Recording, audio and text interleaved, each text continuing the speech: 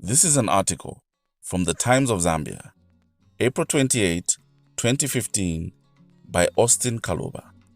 Anybody who went to school in Zambia in the 1970s will remember the Humanism Week, when institutions and individuals were required to help the vulnerable in society.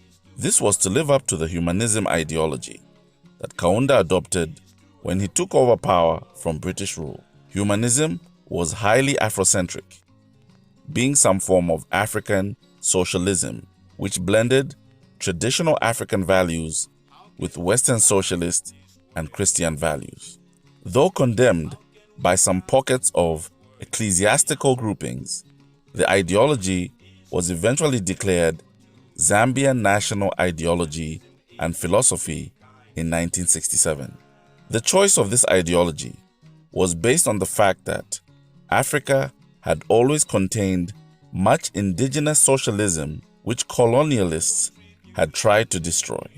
In short, the Zambian humanism was an attempt to rescue pre-colonial values and traditions of communal living as the basis to build the modern state hinged on native tenets.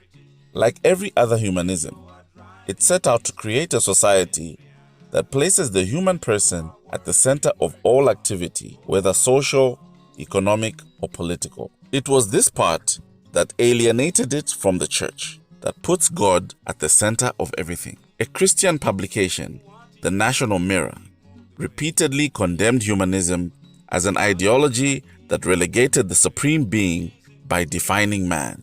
Describing the Zambian humanism, Kaunda wrote in the book, The Humanist in Africa, Zambian humanism came from our own appreciation and understanding of our society. Zambian humanism believes in God, the supreme being. It believes that loving God with all our soul, all our heart, and with all our mind and strength will make us appreciate the human being created in God's image.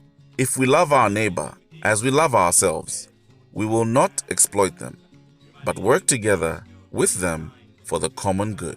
Kaunda argued that the Zambian humanism was also a Christian humanism because of the place it gives to God.